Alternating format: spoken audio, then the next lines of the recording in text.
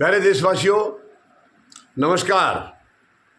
आज मैं आपके साथ चर्चा करूंगा हमारे प्रधानमंत्री महोदय की या कहें केंद्र सरकार की मानसिकता और उनका माननीय न्यायालय की तरफ उनकी जो है आज भावना क्या कहूँगा, दुर्भावना ही कहनी पड़ेगी।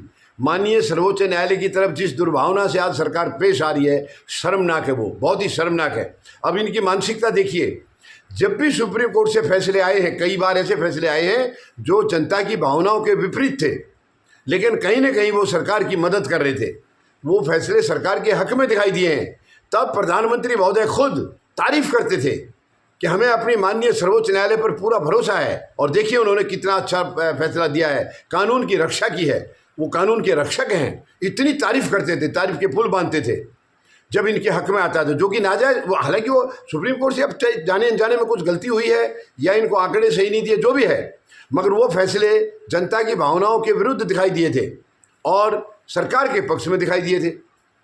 आप देख लीजिए, जैसे रफाल का सौदा है वैसे ही था, राम मंदिर का सौदा है। मैं ये नहीं कह रहा हूँ कि जनता इससे नाराज थी, लेकिन इसमें भी विरोधाभास तो था ही था, काफ़ी था। और रफाल का सौदा तो पूरे देश के लिए बड़ा एक झटके का था, क्योंकि उसके अंदर ये पता लगा है कि बहुत सारा कमीशन खोरी हुई है, ऐसी ऐसी रिपोर्टें आई हैं। ये कोई मैं अपनी तरफ से नहीं कह रहा हूँ। और उसका यहाँ से क्लीन चिट दे दी गई, बहुत तारीफ की है, खुद प्रधानमंत्री महोदय ने, सबने तारीफ की है माननीय सर्वोच्च न्यायालय की। हालांकि संदेह के बादल हैं उसके ऊपर आज भी, क्योंकि फ्रांस के अंदर मुकदमा चलने की बात का हमें पता लगा था। अब वो किस स्टेज पर है नहीं समझ में आई, अभी पता नहीं लगा है, लेकिन वहाँ मुकदमा चलने की बात आई थी सामने।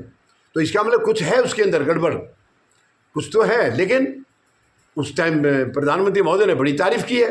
तो जब भी फैसला इनके हक में गया है, वो खूब तारीफ करते हैं कि हमारी सर्वोच्च न्यायालय जैसा और कोई सर्वोच्च न्यायालय है नहीं।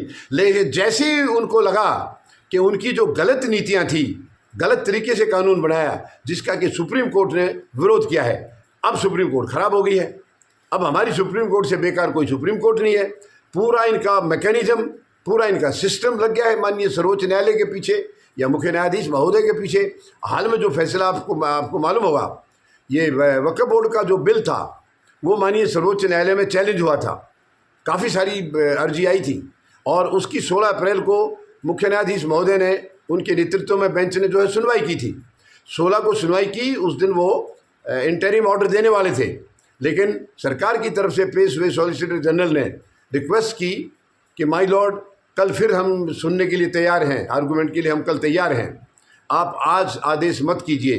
तो 17 को फिर हुई, लेकिन 17 को भी उनकी तरफ से जो दलीलें पेश की गई, माननीय सर्वोच्च न्यायालय संतुष्ट नहीं थे, और उस दिन फिर इंटरिम ऑर्डर जारी किया गया, वो सबको पता है। उस इंटरिम ऑर्डर के बाद सरकार को ये लग गया कि सुप्रीम कोर्ट तो हमारी बहुत ही मतलब गैर जिम्मेदार है। क्यों? क्योंकि उनकी गलत नीतियों का समर्थन नहीं किया। जब इन्होंने बिल बनाया है तो इनका धर्म बनता था, इंसानियत थी ये, कि इनको सभी वर्गों से सलाह करनी चाहिए थी, संविधान की सारी धाराएं चेक करनी चाहिए थी, नहीं की। और सीना तान करके इनके मंत्री बयान दे रहे थे कि हमने 1.5 लाख लोगों से सलाह की है, सबसे बातचीत की है, लेकिन इन्होंने कुछ नहीं किया, कोई होमवर्क नहीं किया था, और वो संविधान की धाराओं के खिलाफ मिला है वो बिल। तो माननीय सर्वोच्च न्यायालय ने, वो तो देखिए वो कस्टोडियन है, संविधान के कस्टोडियन है माननीय सर्वोच्च न्यायालय, संरक्षक हैं, तो उनको तो करना ही था, उनकी जिम्मेवारी है ये। तो उन्होंने जब देखा संविधान की धाराओं का उल्लंघन है, तो उन्होंने इंटरिम ऑर्डर पास किया है, 5 मई की तारीख लगाई है, और सरकार से कुछ जवाब मांगे हैं जो 1 हफ्ते के अंदर उनको दाखिल करने हैं। बस वहीं से शुरू हो गया, वहीं से पूरा ये। और तो क्या है, वाइस प्रेसिडेंट यानी उपराष्ट्रपति तक माननीय सर्वोच्च न्यायालय के खिलाफ बयान दे रहे, और घटिया बयान दे रहे हैं। यानी इतने ऊंचे पद पर बैठ करके कोई व्यक्ति इतना खतरनाक बयान दे, माननीय सर्वोच्च न्यायालय को सुपर संसद कहे, ये शर्मनाक है, बहुत ही दुखद है। आर्टिकल 142 का जो इस्तेमाल सुप्रीम कोर्ट एक्सट्रीम जो हालात होते तब करती है, और उसके लिए न्यूक्लियर मिसाइल बता रहे हैं वो। एक उपराष्ट्रपति के पद पर बैठ करके कोई इंसान ऐसे कैसे कर सकता है? क्या उनको संविधान का ज्ञान नहीं? वो खुद भी वकील रहे, वो किस चीज़ के वकील थे जब उनको इतना भी ज्ञान नहीं है क्या सही है क्या गलत है? 142 संविधान के बनाने वालों ने ये दिया है क्योंकि ये मानते थे, वो लोग भी जानते थे कि राजनीतिक सिस्टम गैर जिम्मेदार भी हो सकता है, अनरिलायबल हो सकता है, लेकिन माननीय सर्वोच्च न्यायालय को अधिकार दिए थे ताकि अगर राजनीतिक सिस्टम गड़बड़ाता है, देश को नुकसान करता है, तो ये अपने अधिकारों का, अपनी शक्तियों का इस्तेमाल करेंगे उसको रोकने के लिए। और उसी का इस्तेमाल माननीय सर्वोच्च न्यायालय ने किया है। उसी का इस्तेमाल माननीय सर्वोच्च न्यायालय ने, जो राज्यपाल जो ये दबा के बैठ जाते थे विधानसभा से पास हुए बिल, जो बिना बीजेपी शासित प्रदेश हैं, उनको 2-2 साल तक दबा के बैठ जाते थे, उधर राष्ट्रपति कार्यालय में भी पेंडिंग रहता था।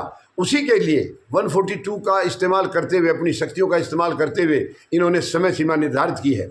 और उसके बारे में उपराष्ट्रपति भी और बाकी भी इनके जो IT सेल, वो बुरी तरह से लगे हैं माननीय सर्वोच्च न्यायालय के पीछे। मैंने कल बताया था आपको, सर्वोच्च न्यायालय की बिल्डिंग AI की मदद से उसका जो चित्र खींचा है, उस पर ऊपर से मस्जिद की गुंबद बना दी गई है, पाकिस्तान का झंडा लहरा दिया गया है, सुप्रीम कोर्ट को सरिया कोर्ट कहा गया है। ये शर्मनाक है, बहुत ही शर्मनाक है। तो ये बहुत गलत है। अगर इनके हक में फैसला जाए तो खुद प्रधानमंत्री तारीफ करते हैं, और इनकी गलत नीति, ये इनके खिलाफ नहीं है फैसला। ये जो फैसला माननीय सर्वोच्च न्यायालय ने दिया है वक्फ बोर्ड बिल का, ये इनके खिलाफ, सरकार के खिलाफ नहीं है, इनकी नीतियों के खिलाफ है। इनकी नीतियों के खिलाफ है, और संविधान का जो उल्लंघन किया है इन्होंने, उनके खिलाफ है। सरकार के खिलाफ नहीं है कोई फैसला। लेकिन क्योंकि इनकी गलत नीतियां ये जो लागू करना चाह रहे थे वो नहीं कर सके, तो उनको तो ये लगा कि ये हमारा विरोध है, तो वहाँ सुप्रीम कोर्ट खराब हो गई है। ये बहुत ही शर्मनाक है। सुप्रीम कोर्ट जैसी संस्था के ऊपर, जो कि न्याय करने की सबसे, भारत की जो है सबसे ऊंची संस्था है, सबसे ऊंचा निकाय है, सबसे ताकतवर शक्तिशाली निकाय है, उसके प्रति इतने छोटे विचार एक उपराष्ट्रपति पद पर बैठे हुए व्यक्ति के, तो वो उपराष्ट्रपति पद के काबिल हैं क्या नहीं, ये वो खुद ही सोच लें। मैं कुछ नहीं कहूँगा इसमें, खुद सोचें। क्योंकि जिस पद पर जो व्यक्ति बैठता है, उस पद की गरिमा, उस पद की गरिमा, उस पद का सम्मान रखना सबसे पहले उनका धर्म बनता है। क्या वो रख रहे हैं? क्या वो रख रहे हैं? वो खुद कितनी जिम्मेवारी निभाते रहे हैं। राज्यपाल थे तब कितनी जिम्मेदारी निभाई है, अब उपराष्ट्रपति होते हुए वो राज्यसभा के चेयरमैन हैं, वो वहाँ पर कितनी जिम्मेवारी निभाई है उन्होंने, सबको पता है, सबको मालूम है, पूरे देश को मालूम है। वो विपक्ष के प्रवक्ता के तौर पर काम कर रहे हैं, सरकार के प्रवक्ता के तौर पर काम कर रहे हैं, यानी सरकार के एजेंट के तौर पर बैठे हैं वो। ये शर्मनाक है। उपराष्ट्रपति इंडिपेंडेंट बॉडी है, इंडिपेंडेंट एक संवैधानिक पद है, यानी देश के अंदर सर्वोच्च पद जो है महामहिम राष्ट्रपति का होता है। उसके बाद दूसरा पद है ये उपराष्ट्रपति का, तीसरे नंबर पर प्रधानमंत्री आते हैं। तो ये इस पद पर बैठने के बाद इनका कोई पार्टी की मानसिकता नहीं होनी चाहिए, लेकिन इनके अंदर पूरी की पूरी बीजेपी की मानसिकता घुसी हुई है, जो कि शर्मनाक है। तो अब जो रिश्ते हो रहे हैं, जो रिश्ते पेश किए जा रहे हैं सरकार और सर्वोच्च न्यायालय के बीच, बहुत ही शर्मनाक है। ये बहुत ही शर्मनाक है। इनके मंत्री हैं, वो पता नहीं अपने आप को क्या दादा समझते हैं, क्या फन्ने खा समझते हैं। पहले भी उन्होंने कई बार माननीय न्यायालय के खिलाफ जो है बयान दिए हैं, और अब फिर दिए। सुनवाई से पहले 16 अप्रैल को सुनवाई से पहले उन्होंने कहा था, हमें पूरा भरोसा है माननीय सर्वोच्च न्यायालय इसमें यानी विधायिका से पास हुए बिल में दखल नहीं देंगे। अरे भाई, वो बैठे इसलिए, सुप्रीम कोर्ट किस लिए, क्या रोल है उनका? अगर तुम्हारी जी हजूरी करेंगे तो उनका रोल क्या रह गया? आगे उन्होंने ये भी कहा था, बताया मैंने आपको पहले भी, आगे ये भी कहा था कि अगर वो विधायिका और कार्यपालिका के काम में दखल देते हैं और हम भी न्यायपालिका में दखल देंगे तो क्या होगा, यानी ये सरेआम धमकी दी थी। तो ये बहुत ही शर्मनाक है। मैं प्रधानमंत्री महोदय से निवेदन करूंगा, प्लीज़ इस इंस्टीट्यूशन को बर्बाद मत कीजिए। सर्वोच्च न्यायालय की वजह से ये देश टिका है। वो संविधान के कस्टोडियन हैं, संविधान के रक्षक हैं, और हर हाल में वो रक्षा करेंगे, क्योंकि राजनीतिक नेतृत्व आज तक बहुत ज़्यादा काबिल, बहुत ज़्यादा रिलायबल इस देश को मिला नहीं है। ये दुर्भाग्यपूर्ण स्थिति है। लेकिन सर्वोच्च न्यायालय, क्योंकि वो संविधान के रक्षक हैं, उन्हें अपना फर्ज निभाना ही होगा। तो मेहरबानी करके ये छीटाकशी जो हो रही है, और प्रधानमंत्री महोदय खुद भी ऐसे करते हैं और उनको मौन होकर के देखते रहते हैं, ये ठीक नहीं है प्रधानमंत्री महोदय। ये देश को कमज़ोर करने की हरकत है, देश को बर्बाद करने की हरकत है। कृपया अपने नेताओं को बताइए, इससे बाज आएँ। माननीय सर्वोच्च न्यायालय के खिलाफ एक भी टिप्पणी नहीं होनी चाहिए। ये शर्मनाक है। जब न्यायालय कमज़ोर होगा तो देश का कहाँ बचेगा, कैसे बचेगा? गरीब कहाँ जाएगा? जिसको न्याय नहीं मिलता वो कहाँ जाएगा? एक ही जगह है, सुप्रीम कोर्ट, और उसको आप कमज़ोर करना चाह रहे हैं। बहुत ही शर्मनाक है, ये बहुत ही शर्मनाक है। उम्मीद है प्रधानमंत्री महोदय माननीय सर्वोच्च न्यायालय की गरिमा के ऊपर कोई ठेस नहीं पहुँचाएंगे।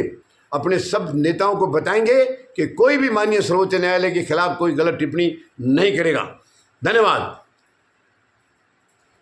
जय जवान, जय किसान, जय हिंद।